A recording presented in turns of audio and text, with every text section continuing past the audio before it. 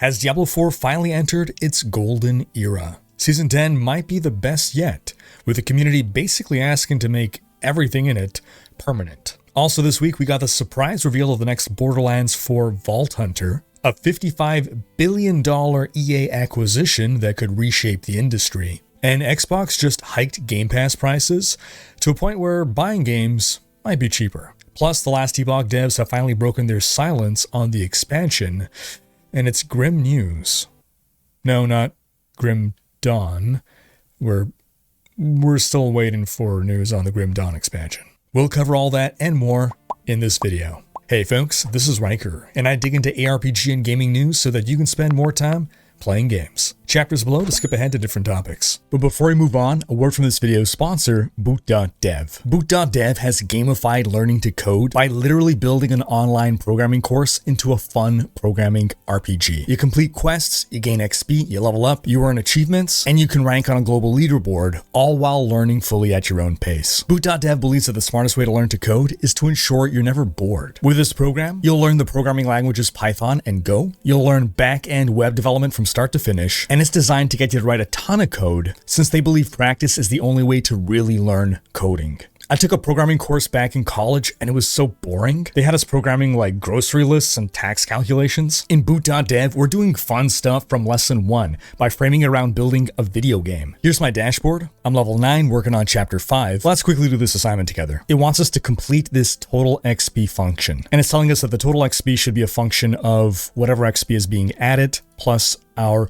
level times 100 because there's 100 XP per level. So let's try total XP equals level times 100 plus XP to add and return total XP. Let's try running that. That's looking correct. Let's try submitting. And hooray! And if at any time I'd find myself struggling, I can always consult with Boots, an AI bear wizard that's been trained in every lesson. He won't just give you answers, he'll help you grasp the concepts so you can find the solution yourself. But solutions are also available for every challenge if you just want to see the code that the instructor wrote. So click the link in the description box and use code Riker to get 25% off your entire first year of an annual plan of Boot.dev. Starting off with Diablo news. We're more than a week into Season 10, and the verdict still seems to be that it's one of the best seasons yet. Some say it is the best season ever, some say it's the best season since Season 4, Loot Reborn. Build diversity is in a great place. The season is also full of fun, surprising moments like a Goblin Pack Chaos Wave, or a Mythic Chaos Rift with a guaranteed Mythic drop, or getting Chaos Armor from Obel Gambling, or Bartuk very rarely dropping like all the Chaos Armors at once. I see a lot of love in the community for Chaos Armor in general. They serve as great chase items. I see a lot of people wanting it to stick around for future seasons. Redditor Cultural Ninja 6 actually had a cool idea of a way to keep Chaos Armor in a less OP form. Add a super rare drop in the game, a consumable item, let's call it a Chaos Orb. You consume a Chaos Orb on a unique item that destroys the unique item and turns it into a Chaos Aspect.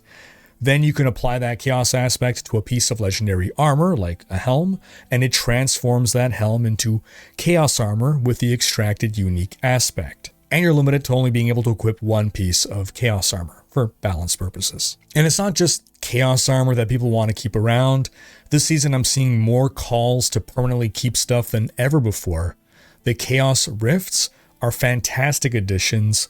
These should also be permanent. Between Chaos Rifts and Chaos Armor farming, we've broken up the monopoly that lair bosses had as our end-all be-all for endgame farming, meaning we're engaging with far more varied endgame activities, which keeps things much more fun. It's just a really good game state. We have a good game loop going on right now. The Sorcerer's Mana Shield Chaos perk has to come back as a unique or something in the future. It's just so quintessentially Sorcerer. Really, the only complaints that I see this season are Soul Spires are garbage, cosmetics are still offensively expensive, Reliquary is still a terrible experience, and the old Battle Pass was better. I mean, we didn't even get a Reliquary for the StarCraft event. I thought one of the reasons to add the Reliquary system was to be able to incorporate Reliquary events. As for Soul Spires, we got patch notes yesterday for a patch coming up on Tuesday.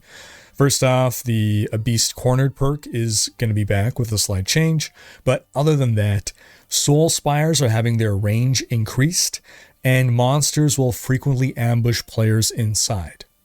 We'll see if that fixes things, because if it doesn't, Soul Spires are rapidly becoming the new conduit shrines of Season 10. The real problem with Soul Spires is having to wait for monsters to enter.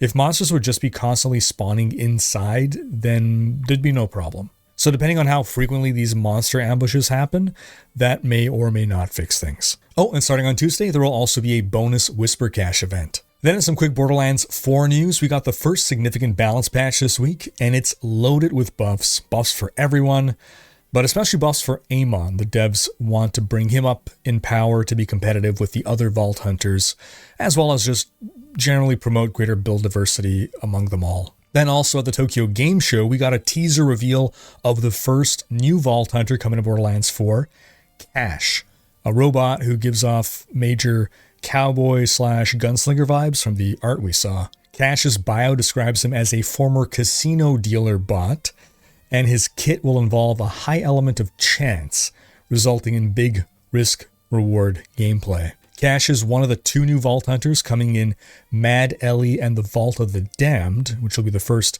paid story pack, slated for release in Q1 of 2026. The story pack will feature multiple main and side missions set in a new zone of Kairos, new gear to earn, new cosmetics, and more. Mad Ellie is the first of 2 planned paid story packs, but there will also be plenty of free content updates over time, including seasonal mini-events. I wonder if Cash has any connection to Flak. What do you folks think? Then a big story this week, EA is going private. In a $55 billion deal, the second biggest gaming deal ever after Microsoft bought Activision Blizzard, EA is being bought by a trio of entities: Saudi Arabia's Public Investment Fund, a government organization; 2, Silver Lake, an American private equity investment firm focused on tech; and 3, Affinity Partners, an American investment firm formed in 2021 by Donald Trump's son-in-law and former senior advisor Jared Kushner, which was funded overwhelmingly by the Saudi Arabian government. The deal is expected to close in Q1 of fiscal year 2027, assuming it passes regulatory inspection. Now, more than 70% of EA's revenue comes from live service games. In particular, its sports titles like EA Sports FC and Madden NFL, but also games like Apex Legends and The Sims 4. Now, given Saudi Arabia's interest in sports and esports, I imagine their primary interest is in EA's sports titles. Now, prior to this acquisition, the Saudi PIF already owned 9.9% of EA, and since 2022, it had plans to invest a further $38 billion into the gaming industry by 2030 as part of a plan to make Saudi Arabia into a global gaming hub. The PIF also owns minority stakes in Capcom, Coffee Stain, Embracer Group, Nexon, Nintendo, Take-Two Interactive, THQ Nordic, and more. Now, EA says there will be no immediate changes to its workforce following the buyout, including to its executive team, and they also say that the company culture will remain unchanged. Also worthy of note, this acquisition is funded in cash, making it the largest all-cash sponsor take-private investment in history, but it's also a leveraged buyout, and therefore is coming with $20 million of debt. That debt is financed by JP Morgan Chase Bank, and that is debt that EA will need to repay. Yes, this is somehow a legal thing that can happen. 20 of the $55 million is being taken on as debt, and for some reason, EA is the one who has to pay back that debt. So who here thinks, show of hands, that a company taking on $20 million of debt will not undergo any kind of workforce change? Anyone? No? Certainly they aren't banking on replacing a ton of workers with AI to cut costs, right? EA already laid off 1,000 workers over the past 2 years. In fiscal year 2025, EA generated $1.1 billion in profit, so, in 15 years, they'll only be a couple years away from paying off that debt. Assuming that in 5 years from now, the company isn't stripped down and sold for parts. Altogether, this does not bode well for Mass Effect 4, which, let's be frank, already wasn't boding well. And as per Insider Gaming, anonymous sources at BioWare are saying they expect job cuts once the acquisition goes through. Now, I'll very quickly mention that Path of Exile 2 has released patch 0.3.1. We spoke about this patch in last week's video. Check that out if you missed it. It's the one that has the huge endgame changes, like basically removing towers and letting you run maps without them, bosses now added to all maps, and maps reduced in size. I have not had a chance to try it out myself, but all these changes sound fantastic. For those of you who have tried them, please sound off in the comments with your impressions so far. Then another big story this week is the huge price hike to Microsoft Game Pass. The Ultimate subscription, which is the only way to access day one releases, jumped from $20 to $30 per month. Even the PC Game Pass got a price jump from $12 to just under $17 per month. This announcement came just days after Xbox president Sarah Bond stated in an interview with Japanese website GameWatch, quote, "Last fiscal year, Xbox Game Pass sales reached a record high of $5 billion. It's a profitable business. And as more creators join Xbox Game Pass, payments to creators increase, so we think it's a good business for creators." So let me get this straight. Game Pass is a profitable business, so we're going to raise prices by 50% overnight. If Microsoft's goal was mass adoption of Game Pass, which I thought it was, then this price hike makes no sense to contributing towards this strategy. I guarantee that they are losing subscribers over this. Whether they lose enough to actually make less money, I don't know. But when their main goal was allegedly to reach 100 million subscribers to become the Netflix of gaming, then squeezing more money out of less people feels like Microsoft is just giving up and now is just trying to milk Game Pass for whatever it's worth before shutting the whole thing down. And I mean the whole thing. Already it was looking like Xbox was aiming to eventually get out of the hardware business and focus on the more profitable Game Pass and software sales. They had moved away from a strategy of exclusives, so people have no reason to buy an Xbox when they can just play Microsoft games on PC or on PS5. And now with Game Pass no longer being a good deal at $30 a month to play a new game, basically half the price of a AAA game, what is Xbox really offering anymore? We're reaching a price point where you can just wait a few months for a game to go on sale and then you can get it for cheaper than a Game Pass subscription. I mean, sure, some gamers will blast through multiple games in a month, meaning $30 a month is still a great deal for them, but I would hazard a guess that most gamers don't have the kind of free time to get through multiple games a month and may not even finish one game in a month. So if it's costing you 2 months worth of Game Pass subscription to finish a new game, at that point you might as well just buy the game and own it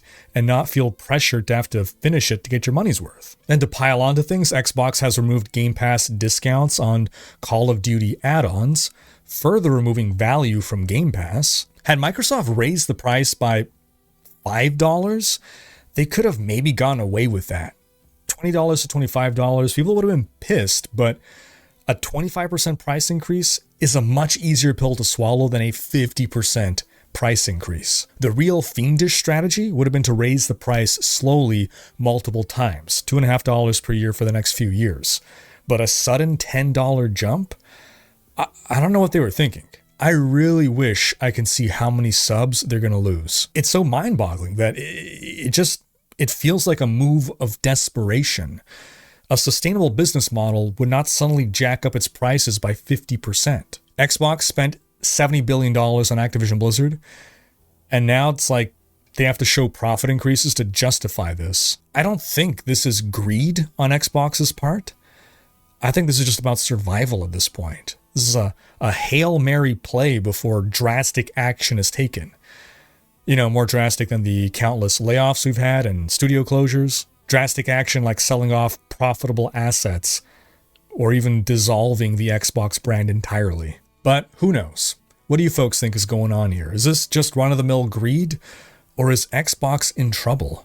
Sound off in the comments. Then in some Last Epoch news, as a reminder, we had last week the surprise reveal of an upcoming expansion, Orobis, along with a PS5 announcement. Yes, Last Epoch coming to console. But because we had no further details, and only silence from the team in the face of community questions, lots of concerns were raised. Well, this week, EHG's Judd Kobler finally spoke out In his message, he said, among other things, quote, "Currently, we're working on a seasonal to expansion roadmap to share with you all shortly.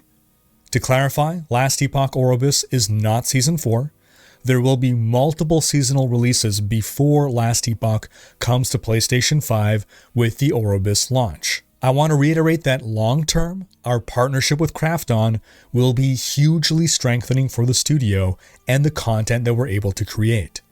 It ensures a growing future for Last Epoch, which, being transparent, was at risk before. Our goal has always been to create the leading loot-based ARPG, and partnering with Krafton has given us a clear path to accomplish our ambitious goals. As a team of ARPG fanatics, we understand what makes a great ARPG and the amount of resources it'll take to create a game that you are excited to have as your main source of entertainment. We know the burning question is, will the expansion have any cost associated with it? To set expectations, the answer is maybe. We weren't profitable with Season 1, 2, or 3 after our 1.0 launch. Even Season 2, with its very successful reception and high turnout, was not profitable due to longer development time and costs. While a partner with more funding adds a massive amount of stability, a studio still needs to operate with some amount of profitability, or inevitably it dies. Years ago, when we were a significantly smaller team formed on Reddit, our goal was to not charge for any content, but our cosmetic sales have not been enough to cover our own development costs over the long term. Our studio has grown significantly, and we pay livable wages to our team members. In true ARPG fashion, our costs have increased. Insert power creep joke here. That being said, we are still modeling how the expansion will be monetized exactly, but when a decision is made, we will share it with you right away. See, this is the Judd I know. This degree of transparency, honesty, and communication with the community is part of what built up all the goodwill that EHG has amassed over the years. And what he said makes perfect sense. The reality is that it costs a lot of money to run a live service ARPG that is trying to compete with the biggest names in this space. And EHG was well-intentioned when they wanted to go with a business model that would be cosmetic only and have all content be free forever. If they do end up having to charge for the expansion, it's not out of greed. It's because they've realized that a cosmetic-only model is not sustainable for the kind of ambition they have. Now, before anyone points to Path of Exile and says, hey, well, how come they can do it? Path of Exile is a game that is free to try. Any serious PoE player will tell you that you have to spend money on stash tabs if you want to play PoE seriously. Whether GGG did this intentionally or lucked into it, they developed a live service model that pairs exceptionally well with their monetization model. They release new content in the game that results in players demanding new stash tabs to accommodate the specific new items that the new content drops. The devs then develop and sell those stash tabs. Some people would put this as they create a problem and they sell you the solution to the problem. I don't think it's malintent like that. But this is the outcome we've seen. It is not cosmetics alone that is keeping PoE profitable. It's the quality of life functionality of stash tabs that we consider a fair price to pay periodically, almost like a subscription fee or a battle pass. We get so much value out of playing Path of Exile that it's okay to spend, $20 every so often for continued quality of life. When I saw that Last Epoch was going for a cosmetics-only model, I knew that would not be sustainable in the long term for them. It was an admirable goal, and it's why I know these devs are not greedy. But running a live service ARPG that is trying to compete on a AAA level is very expensive. Now, I always thought the play was release the game, you're going to make a lot of money on launch, and then right away you use that money to build Last Epoch 2. Bigger, better, at a higher AAA level tier, but they already had made promises to the community about Last Epoch 1 and rolling out seasonal content after seasonal content, and they have continued to fulfill those promises despite a lack of profitability over the past year and a half. more, year and 3/4. At this point, it is unfair for us to hold them to their promises. Yes, we back them on Kickstarter under certain pretenses, and they have made a good faith effort to fulfill everything that they've said. But at some point, we got to accept that if we want this game to go on and not be abandoned, they have to make money. They have to make profit.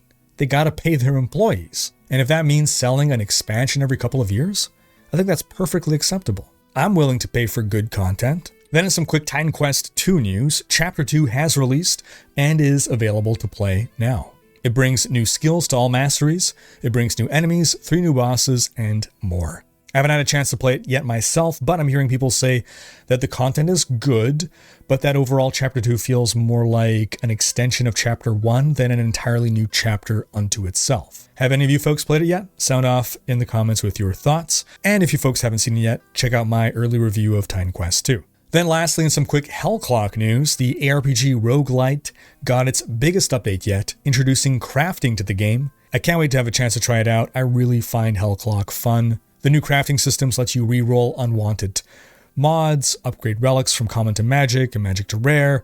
You can even slam your relic to randomize its stats and more. If you're not familiar with Hellclock, you can check out my video over here. And that's going to wrap up this video, but do be sure to check out last week's video in which we go over the awesome endgame changes that have come to PoE2. Thanks for watching. Special thanks to my Patreon supporters for making these videos possible. If you enjoyed this video, give it a thumbs up and subscribe to join Riker's Raiders for more gaming content.